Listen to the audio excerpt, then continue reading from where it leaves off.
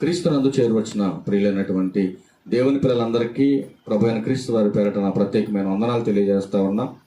ప్రియులు పెద్దలు కాంతయ్య గారు ఈ లోకయాత్రను ముగించుకొని తన కాలాన్ని ముగించేసుకొని అనేకమైనటువంటి రక్త బంధాలను ఆత్మబంధాలను కలుపుకున్నటువంటి ఆయన అన్ని బంధాలను తెంపుకొని తన యాత్రను ముగించుకొని మొన్నైనటువంటి దేహం మట్టికెళ్ళిపోయింది, ఆత్మ దేవుని స్వాధీనంలోనికి వెళ్ళిపోయింది. మరణాన్ని గుర్చినటువంటి ఎన్నో వార్తలు మనం వింటున్నా కూడా మరణమును గుర్చినటువంటి ఆలోచన లేకుండా మనిషి బ్రతకడానికి అలవాటు పడిపోయాడు ఈ భూమి మీద. మనిషి ఏమనుకుంటున్నాడంటే మరణమే జీవితానికి ముగింపు అనుకుంటున్నాడు మనిషి. మరణం తర్వాత ఏం జరుగుతుందో ఆలోచన లేనటువంటి భావజాలంతో మనిషి బ్రతుకుతా ఉన్నాడు. మరణం అనే పేరు వినగానే ప్రతి మనిషికి ఏదో కీడుకు సంబంధించినటువంటి పదంగానో తమకు నచ్చనటువంటి భావజాలంతో మనిషి చూస్తున్నాడే గాని మనకు నచ్చినా నచ్చకపోయినా మరణం అనేది ఖచ్చితంగా ఏదో ఒక రోజు ప్రతి మనిషిని టచ్ చేయకుండా పోదు అనేది బైబిల్ చెప్తా ఉంది. మరణము చూడకుండా బ్రతికే మనుషుడు ఈ భూమి మీద లేడు అని బైబిల్ చాలా స్పష్టంగా మనకు తెలియచేస్తా ఉంది. కనుక ఈ భూమి మీద ఎక్కువ కాలం ఉండాలని నీకున్నా బైబిల్ ఏమంటుందంటే ఎప్పుడు వెళ్ళిపోతావో నీకు తెలియదని బైబిల్ చెప్తా ఉంది. లేదండి నేను ఎక్కువ కాలం బ్రతుకుతాను, రేపనే దినం కూడా నాదే అని మనిషి తన ఆలోచన జ్ఞానం చొప్పున మాట్లాడుతున్నాడు. కానీ బైబిల్ అంటుంది రేపేం జరుగుద్దో నీకు తెలియదు నాయన, నా చిత్తాన్ని నేను చెబుతున్నటువంటి జ్ఞానాన్ని మీరు నేర్చుకోవాలని బైబిల్ చెప్తా ఉంది. సందర్భం ఏంటంటే మనిషికి మరణం ముగింప అనే దాని గురించి కొన్ని మాటలు చూద్దాం బైబిల్లో. చాలా మంది ఏమనుకుంటున్నారంటే మరణించిన తర్వాత ఈ యొక్క మనిషి యొక్క జీవితం ముగిసిపోతుంది అని మనిషి అనుకుంటున్నాడు. ఈ లోకంలో నువ్వు బ్రతికేటటువంటి ఈ యొక్క బంధానికి ఎడబాటు కలుగుతుంది. దేహాన్ని ఆత్మ విడవటాన్నే మరణమని మనం అంటున్నాం. యాక్చువల్గా బైబిల్ పరిభాషలోకి వెళ్ళి మనం చూడగలిగితే ఆత్మకు చావు లేదండి. ఉందా చావు? ఆత్మకు చావు లేదు. ఆత్మ దేహాన్ని విడిచింది కనుక దేహము నిర్జీవమైన కట్టిగా పడిపోయింది కాబట్టి ఈ చలలో లేనటువంటి దేహాన్ని చూసి చచ్చిపోయింది అంటున్నాం మనం. కొన్ని ప్రాముఖ్యమైన సంగతులు మనం చూద్దాం. మనుషులు మరణాన్ని గురించి మనసును పెట్టాలని దేవుడు కోరుతున్నాడు. కానీ మరణం వస్తుందన్న భయము భక్తి లేకుండా ఆలోచన లేకుండా మనిషి ఎలా బ్రతుకుతున్నాడో దేవుడు ఏం చెబుతున్నాడో కొన్ని మాటలు చూస్తే ప్రసంగి గ్రంథం 7వ అధ్యాయం 2వ వచనంలో ఒక మంచి మాట చెబుతున్నాడండి. భక్తుడైన సొలొమోను గారు చావును గురించి చూద్దాం ఒకసారి. చూడండి, భలే మంచి మాట్లాడతాడు ఈయన. విందు జరుగుచున్న ఇంటికి పోవుట కంటే ప్రలాపించుచున్న వారి ఇంటికి పోవుట మేలు. ఎవరి ఇంటికి వెళ్తే మేలు అంటున్నాడు బైబిల్లో. సహజంగా మనిషి ఎక్కడికి పోతాడు? చావింటికి రావడానికి ఎవడు ఇష్టపడ్డావు. కానీ ఏదో ఒక రోజు తాను కూడా చస్తాడని తెలిసిన మనిషి చావింటికి పోవడానికి ఇష్టపడ్డావు. మరి ఏ ఇంటికి పోవడానికి ఇష్టపడతాడు మనిషి? ఎక్కడైతే భోజనాలు జరుగుతున్నాయో అక్కడికి గుంపులుగా పోవడానికి ఇష్టపడతారు. కానీ చచ్చిపోయిన వారి ఇంటికి రావడానికి మనిషి ఇష్టపడ్డావు. ఎందుకంటే రకరకాలైనటువంటి వంకలు చెప్తా ఉంటారు చావింటికి వెళ్ళటానికి. క్రైస్తవులని పిలువబడుతున్న వారే చావింటికి వెళ్ళటానికి రకరకాలైనటువంటి వంకలు చెప్తా ఉంటారు చాలా మంది. ఎందుకు చావింటికి ఎందుకు రాలేదంటే ఇప్పుడే కొత్త ఇల్లు కట్టుకున్నామండి, పిల్ల నీళ్లు వస్తుందండి, లేకపోతే గృహప్రవేశం జరిగిందండి, రకరకాల వంకలు చెప్తా ఉంటారు. ఇవన్నీ కూడా అజ్ఞానంతో మాట్లాడుతున్న మాటలు. నువ్వు కొత్త ఇల్లు కట్టుకున్నా, కొత్తగా పెళ్లి చేసుకున్నా, పిల్ల నీళ్లు వేసుకున్నా చావు అనేది ఖచ్చితంగా చూపిస్తాం మీకు బైబిల్లో. వంకలు ఎత్తుకుంటా ఉంటాడు మనిషి. అందుకే దేవుడు ఏమంటున్నాడంటే విందు జరుగుతున్న ఇంటికి పోవటం కంటే ఎవరైతే ఏడుపులో ఉన్నారో మరణించినటువంటి కుటుంబం ఏదైతే ఉందో ఆ ఇంటికి వెళ్ళాలంటున్నాడు దేవుడు. అది నీకు మేలు అన్నాడు. కానీ మేలెందుకని చెబుతున్నాడు దేవుడు. కంటిన్యూషన్ చేయడం మాటను. ఎలాగనగా మరణము అందరికీ వచ్చును చావు. అందరికి వస్తుందా చావు? నువ్వు కలెక్టర్ అయినా చావు వస్తుంది, ప్రధానమంత్రి అయినా చావు వస్తుంది, నువ్వు పేదవాడు అయినా ఉండటానికి సరైనటువంటి వసతులు నీకు లేకుండా చెట్టు కింద పడుకుంటున్నా సరే ఖచ్చితంగా చావు అనేది మనిషికి రాక తప్పదని బైబిల్ చెప్తా ఉంది. కనుక ఏం చేయాలి మరి? బ్రతుకువారు దానిని మనస్సున పెట్టుదురు అని బైబిల్ చెప్తుంది. మరి మనసును పెడుతున్నారా మనుషులు? మీరు ఆలోచించండి. అందుకే మరణం అందరికి వస్తుంది కనుక మరి ఏం చేయాలి? ఏం చేయాలో తెలియకపోయినా మనుషులు ఏం మాట్లాడతారు చూడండి. ఇదే ప్రసంగి గ్రంథం 10వ అధ్యాయం 14 వచనంలో మరణం అందరికి వస్తుందని బైబిల్ చెప్తా ఉంది. మరి మరణించిన వారి ఇంటికే మనుషులు వెళ్ళాలని బైబిల్ చెప్తా ఉంది. కానీ కొంతమంది జ్ఞానులు ఏం మాట్లాడుతున్నారు చూడండి. 10వ అధ్యాయం 14 వచనం, కలగబోనది ఏదో మనుషులకు తెలియకపోయినా బుద్ధిహీనులు విస్తారంగా మాట్లాడదురు. చచ్చిపోయిన తర్వాత ఏం జరుగుద్దో తెలియకపోయినా మనుషులు మాత్రం బుద్ధిహీనంగా మాట్లాడుతూ ఉంటారు భూమి మీద. అలాంటి బుద్ధిహీనులు కలిగినటువంటి సద్దుకాయలను గురించి యేసుక్రీస్తు ప్రభువారు ఏమంటున్నాడో ఒక్కసారి మత్తయి వార్త దగ్గరికి వెళ్ళండి. మరణాన్ని గూర్చి యేసుక్రీస్తు ప్రభువారు పునరుత్థానాన్ని గూర్చినటువంటి క్లారిటీ ఇస్తుంటే బుద్ధి లేనటువంటి సద్దుకాయలు ఏం మాట్లాడుతున్నారు చూడండి. మత్తయి వార్త 22వ అధ్యాయం 19 వచనం. ఈనాడు కూడా ఎలాంటి వాళ్ళు ఉన్నారండి భూమి మీద. మత్తయి వార్త 22వ అధ్యాయం 29 వచనం. అందుకు యేసు లేఖనములను గాని దేవుని శక్తిని గాని ఎరుగక మీరు పొరబడుచున్నారు. దేనిని గురించి పొరబడుతున్నారు వీళ్ళు? పైన చెబుతున్నాడు 23లో, పునరుత్థానము లేదని చెప్పే సద్దుకాయులు, మరణం తర్వాత మరొక జీవితం ఉందని బైబిల్ చెప్తుంటే మనుషులంతా ఏం మాట్లాడుతున్నారంటే చచ్చిన తర్వాత మరొక జీవితం ఏంటండి? చనిపోయిన తర్వాత నిజంగా మరొక జీవితం ఉందా అండి? ఉందా? చనిపోయిన తర్వాత మరొక జీవితం ఉందా? ఉందని ఎవరు చెప్పాలి? ఉందని ఎవరు చెప్పాలి? బైబిల్ మాత్రమే చెప్పాలి. ఈ సమాజంలో ఎక్కడ చెప్పరండి చావు తర్వాత మరొక జీవితం ఉందని. చావు తర్వాత మరొక జీవితం ఉందని ఖచ్చితంగా బైబిలే చెప్పాలి. ఎందుకంటే నన్ను గూర్చినటువంటి ప్రతి మూలం బైబిల్లో ఉంది. అందుకే పిల్లలు నేర్చుకుంటున్నటువంటి పాఠశాలల్లో చెప్పరండి జ్ఞానాన్ని. వాళ్ళకి తెలియదండి జ్ఞానం. అందుకని ఎవరు చెప్పాలంటే దేవుడే చెప్పాలి. ఎందుకంటే నీ చావు ఎప్పుడో, ఆ చావు తర్వాత ఏముందో ఖచ్చితంగా బైబిలే చెప్పాలి. ఇప్పుడు ఆ క్వశ్చన్ అడుగుతున్నా, ఆన్సర్ చెప్పండి. మరణం మనిషికి ముగింపా లేదా మరొక జీవితానికి ప్రారంభమా? చెప్పండి. మరణం మనిషికి ముగింపా అని చేయొద్దండి. ఇప్పుడు కాంత గారు చనిపోయి వెళ్ళిపోయాడు, దేహాన్ని విడిచాడు, మన్నైన దేహం మట్టికి వెళ్ళిపోయింది, ఆత్మ దేవుని స్వాధీనంలోకి వెళ్ళిపోయింది. అవునా? ఇప్పుడు మరణించి వెళ్ళిపోయినటువంటి ఆయన ఈ కుటుంబాన్ని మాత్రమే విడిచాడు, తన దేహాన్ని మాత్రమే విడిచాడు. కానీ విడిచినటువంటి ఆయనకి మరొక జీవితం ఉందా లేదా? ఉంది. కాంత గారికి మరొక జీవితం ఉందా లేదా? ఉంది. అది మరలా భూమి మీద కాదండి. కాంత గారికి ఉన్న మరో జీవితం భూమి మీద కాదు. అది ఎక్కడ మరొక జీవితం ఉందో, ఎక్కడ మరొక లోకం ఉందో ఆ లోకానికి వెళ్ళాలంటే దేవుడిచ్చినటువంటి ఈ చిన్న జీవితంలో ఎలా బ్రతకాలో చాలా సందర్భాలను చూపిస్తాను మీకు. ఇప్పుడు మనిషికి మరణం ముగింపు కాదనటానికి ఒక చక్కటి మాట చూపిస్తాను చూడండి. ప్రతినిత్యం మనం తెలుసుకునే మాటలే చూద్దాం ఒకసారి. యోహాను సువార్త 12వ అధ్యాయం తీయండి. యోహాను సువార్త 12వ అధ్యాయం యేసుక్రీస్తు వారు చాలా స్పష్టంగా చెబుతున్నాడు అండి. 12వ అధ్యాయం 24వ వచనం చూడండి. యోహాను సువార్త చూడండి. గోధుమ గింజ భూమిలో పడి చావకుండిన ఎడల అది ఒంటిగానే ఉండును, అది చచ్చిన ఎడల విస్తారంగా ఫలించును. ఎంత క్లారిటీగా చెప్పాడు చూడండి ఈ మాట. ఇప్పుడు మరొక జీవితము లేదనేటటువంటి అజ్ఞానంగా బ్రతుకుతున్నటువంటి బుద్ధిహీనులకు ఈ ప్రకృతిలో ఉన్నటువంటి ఒక గొప్ప సాక్ష్యమే విత్తనాలను గుర్చినటువంటి భావం. ఏమండి, షోరూంలో నుంచి విత్తనాలు ప్యాకెట్ తీసుకొచ్చి నేలను దున్ని గింజలన్నీ కూడా నేలలో మనం సమాధి చేస్తున్నాం. సమాధి చేయబడినటువంటి గింజలకి మరొక జీవితం లేకపోతే పంట చేతికి వస్తుందా? మీరు ఆలోచించండి. నువ్వు నేలలో నాటిన గింజ 5వ రోజు చనిపోతుంది, 6వ రోజు 7వ రోజు ఒక నూతనమైనటువంటి జీవితంతో బయటకు వస్తుంది మొక్క. ఇదే నీ బ్రతుకు, మరొక జీవితం అని ప్రతి గింజ నీకు నేర్పుతుంది పాఠం. ఏమండి, మరణం తర్వాత మరొక జీవితం లేకపోతే అస్తమించిన సూర్యుడు మరలా ఎందుకు ఉదయిస్తున్నాడు ప్రతిదినం? ఆలోచించండి. అందుకే అంటున్నాడు, నాయనా గోధుమ గింజ భూమిలో పడకుండా అది చావకుండా ఉంటే అది ఒంటిగా ఉండిపోతుంది కదా. తెచ్చిన గింజల ప్యాకెట్లు అలాగే ఉంచామనుకో మరొక జీవితం వస్తుందా? దానికి వస్తుందండి. అందుకే దేవుడు చావు అనేది మనుషులకి ఇచ్చేసాడండి. ఈ చావు అనేది దేవుడు ఎందుకు ఇచ్చాడంటే మరొక జీవితానికి ఇది ప్రారంభం కావాలి.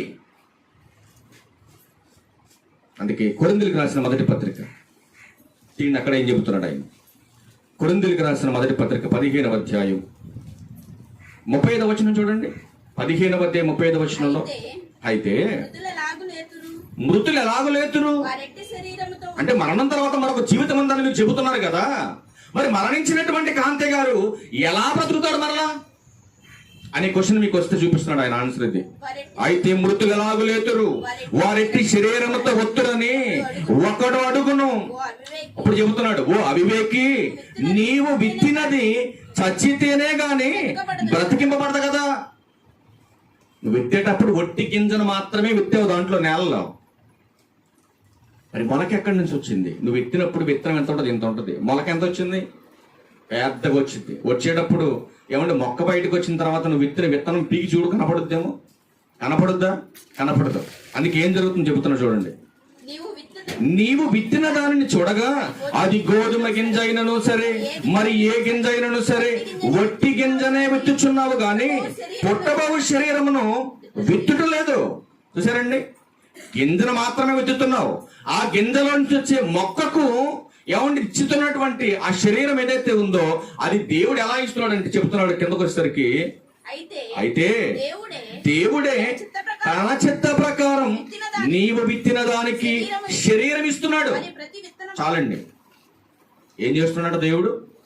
నువ్వు విత్తిన విత్తనానికి, ఏ విత్తనాన్ని విత్తుతున్నావో ఆ విత్తనానికి తగినటువంటి శరీరాన్ని దేవుడే ఇస్తున్నాడు. ప్రియమైన దేవుని వారలారా, కిందకు వచ్చేసరికి అంటున్నాడు కదా, 42వ వచనం దగ్గరికి వెళ్ళండి డైరెక్ట్ గా. మృతుల పునరుత్థానమును అలాగే శరీరము క్షయమైనదిగా విత్తబడి అక్షయమైన శరీరంగా లేపబడుతుంది.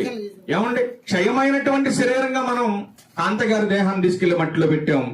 ఏమండి, అది మన్నైనటువంటి ఆ మట్టి దేహం మట్టి పాలైపోయింది.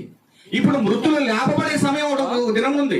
ఆ దినమున లేపబడేటప్పుడు మనం తీసుకెళ్లి పాతి పెట్టినటువంటి ఏమండి ఈ శరీరం లాగా లెగడు ఆయన పైకి. ఎలా లేస్తాడు? క్షయమైనటువంటి శరీరంగా లేవబడ్డాడు. ఇక మరి ఎలా లేవబడతాడు ఆయన? చెబుతున్నాడు చూడండి కిందకు వచ్చేసరికి. 42 చదువు మళ్ళీ ఒకసారి.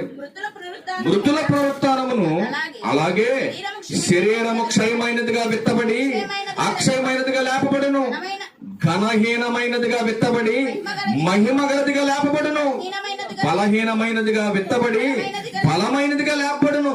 అంటే ఎంత అద్భుతమైనటువంటి జీవితాన్ని దేవుడు మృతులైనటువంటి వారికి ఇస్తున్నాడు చూడండి. మరి ఈ మృతులంతా ఎప్పుడు లేపబడతారు? వీళ్ళంతా ఈ మృతులంతా ఎప్పుడు లేపబడతారు? చూద్దాం ఒకసారి. తెస్సలోనికి రాసిన మొదటి పత్రిక. ఈ మృతులంతా, మరణించిన వారంతా ఎప్పుడు లేపబడతారు? ఎప్పుడు మహిమ దేహాలతో బయటకు వస్తారు సమాజంలో నుంచి? చూద్దాం ఒకసారి.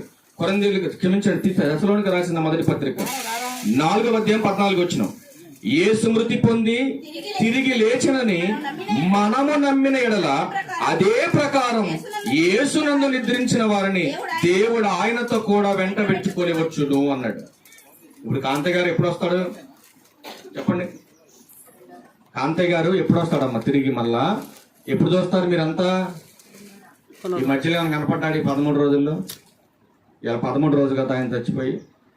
ఏమైనా కనపడ్డా ఎవరికైనా? కూతుర్లకు కానీ, అల్లుళ్ళకి కానీ, మనవాళ్ళకి కానీ, మనవరాళ్ళకి కానీ, కోడళ్ళకి కానీ, సంఘానికి కానీ, చుట్టాలకు కానీ కనపడ్డా ఎవరికైనా? ఏమో కనపడ్డా? కాంతయ్య గారు ఇక బొమ్మలో ఉండ చూడండి, కనపడతాడు. ఇక కాంతి గారు కనపడ్డాడు ఎవరికైనా? పోని కాగ్గా వచ్చాడా? మా ఇంటి పక్కన పిచ్చిదుందలేండి, రోజు అన్నం పెట్టి అమ్మ రావే తినవే అంటది కాకిని. కాకి వాళ్ళ అమ్మ అయిందంట. మరి ఏమంటే బుర్రలేనటువంటి జ్ఞానం అంటే తెలియదు వాళ్ళకి. మనిషి జన్మ ఒక్కసారేనండి, ఒక్కసారి.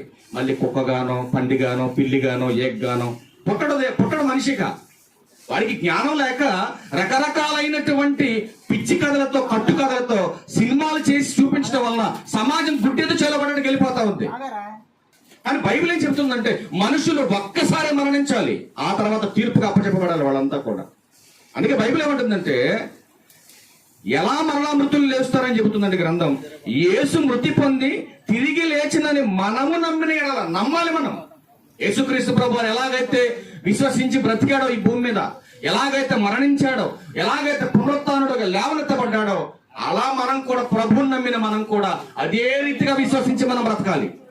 అలా బ్రతికి మనం మరణిస్తేనే ఖచ్చితంగా రెండవ రాకడలో ఆయనతో పాటు మనం వస్తామని గ్రంథం స్పష్టంగా తెలియచేస్తా ఉంది. ఇప్పుడు ప్రభుతో పాటు మనం రావాలంటే ఏమండి, ఆయన యొక్క పునరుత్థాన బలం మనకు రావాలంటే బ్రతికున్నప్పుడు మనం ఏం చేయాలో ఒక మాట చూద్దాం బైబిల్లో. యోహాను సువార్త చూద్దాం ఒకసారి. యోహాను సువార్త 11వ అధ్యాయం 26 చూడండి ఒకసారి. బ్రతికి నా యందు విశ్వాసం ఉంచు ప్రతివాడును ఎన్నటికీ చనిపోడు. ఇదేంటండి, మరి కాంత గారు చచ్చిపోయాడు కదా, మరి బైబిల్ ఏంటి ఎలా రాయబడి ఉంది? ఏ చావు గురించి మాట్లాడుతాడు ఈయన? మృతులు ఎలాగూ లేస్తారు అనే క్వశ్చన్ కు బైబిల్ ఏం చెప్తుందంటే, మృతులు యేసుక్రీస్తు ప్రభు వారి యొక్క రెండవ రాకడలో మృతులంతా కూడా లేవనెత్తబడతారు.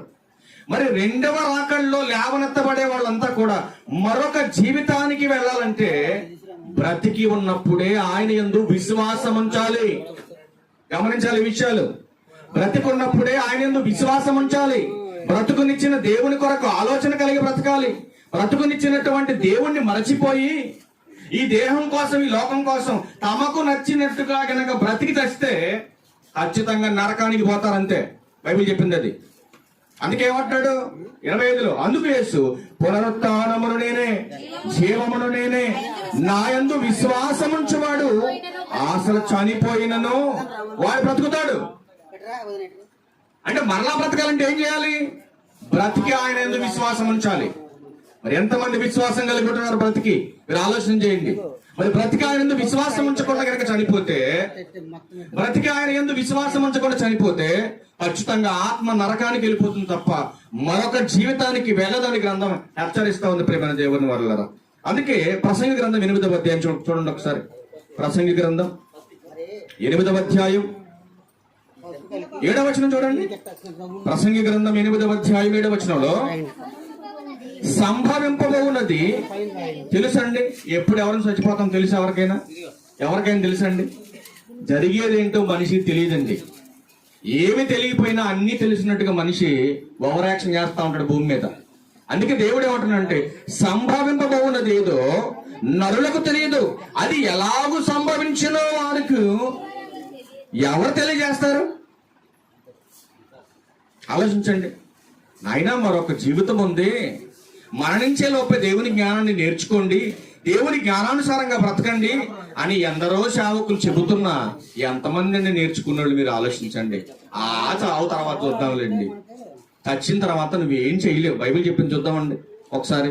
ఒకవేళ ఇక్కడ నువ్వు జ్ఞానవంతుడు కావచ్చు, ఒకవేళ డబ్బున్నోడు కావచ్చు, పలుకుబడి ఉన్నోడు కావచ్చు, ఏమండి, ఒకవేళ మంచి మంచి తెలివితేటలు నీకు ఉండొచ్చు ఈ భూమి మీద. కానీ నీ తెలివితేటలు, నీ డబ్బు, నీ అధికారం, నీ పరపతి ఏది కూడా పని చేయదు అని బైబిల్ చెప్తాం. చూడండి ఒకసారి.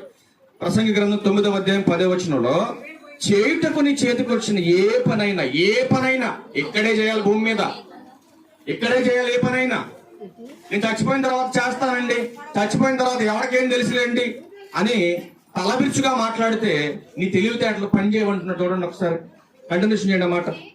చేయుటకు నీ చేతికొచ్చిన ఏ పనైనను నీ శక్తి లోపం లేకుండా చేయము. నీవు పోవు పాతాళమునందు పని అయినను, ఉపాయమైనను, తెలివైనను, జ్ఞానమైనను లేదు అంటే అర్థం ఏంటి? అక్కడ పని చేయదని. నీ తెలివైన, నీ జ్ఞానమైన ఇంతవరకే పనిచేస్తుంది. ఊరు దాటితే మన తెలివితేటలు, మన జ్ఞానం పనిచేయదు. ఎందుకంటే మనకన్నా ముదురులు ఉంటారు బయట. భూమి మీద ప్రాంతాల ద్వారా మారుతుంటేనే ఆయా ప్రాంతాల్లో మన తెలివితేటలో మన జ్ఞానం పనిచేయట్లేదు కదా. మరి మరణం తర్వాత పాతాళం ఎలా పనిచేస్తుందంటే మన జ్ఞానం. విలాప వాక్యములు 3వ అధ్యాయం 43వ వచనం చూడండి. కోపము ధరించిన వాడవై నీవు మమ్మల్ని తరుముచున్నావు. ఎందుకు తరుముచున్నాడు దేవుడు? ఎందుకు దేవుని కోపం వస్తుంది? చెప్పిన మాట వినకపోతే ఎవరినైనా తరుముతాడు. ఎందుకు తరుముతున్నాడు దేవుడు? చూడండి ఎందుకు తరుముతున్నాడు. దయతలచక చంపటానికి ఆయన తరుముతున్నాడు.